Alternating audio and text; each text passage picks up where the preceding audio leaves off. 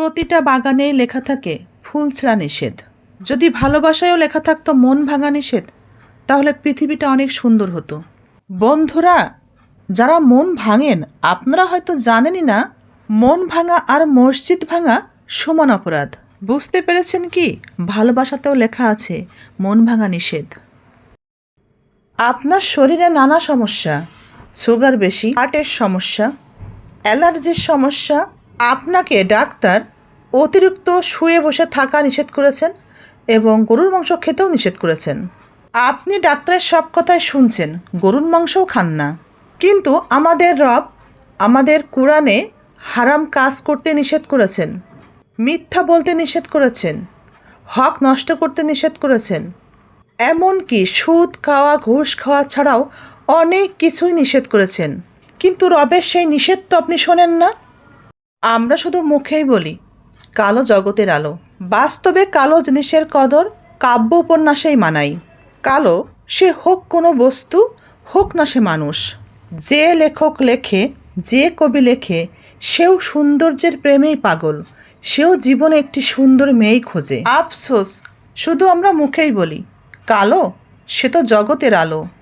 কষ্টের কথা যাকে তাকে বলবেন না, কষ্টের কথা যাকে তাকে বলতে হয় না। কষ্টের কথা কাউকে বলার আগে দেখে নেবেন সে আদৌ আপনার কষ্টের অনুভূতি বোঝে কিনা।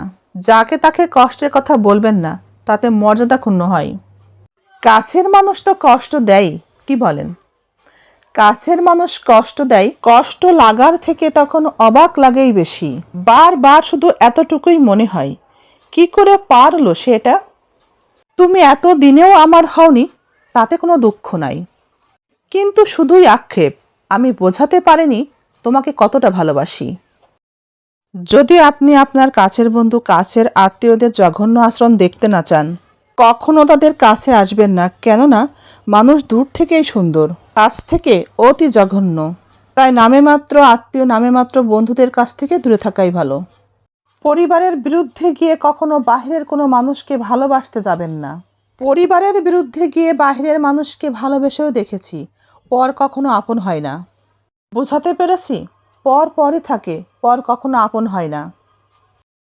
এখনকার সময়ে অনেক পুরুষের অবস্থা, ঘরে স্ত্রী সন্তান, বাহিরে শখের নারী।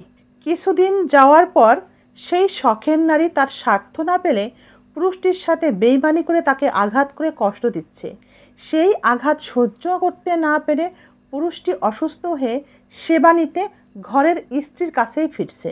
এটাই এখনকার অনেক পুরুষের অবস্থা। একজন নারীর কখনোই কোনো বন্ধুর প্রয়োজন হয় না যদি তার পাশে তার স্বামী থাকে, আর স্বামী সত্যি যদি ভালো মনের হয়। জ্ঞানী ব্যক্তিরাই বলে গেছেন নারী পুরুষ কখনোই বন্ধু হতে পারে না। নারী পুরুষে বন্ধুত্ব সম্পর্ক থাকাটা একদমই অসম্ভব।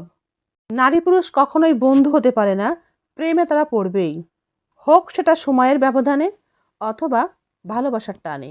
একটু দেরিতে হলেও প্রেমে তারা পড়বেই। লোহা এবং চুম্বককে কি পাশাপাশি রাখা যায়? মোম এবং আগুন পাশাপাশি রাখলে মোম কিন্তু গলবেই।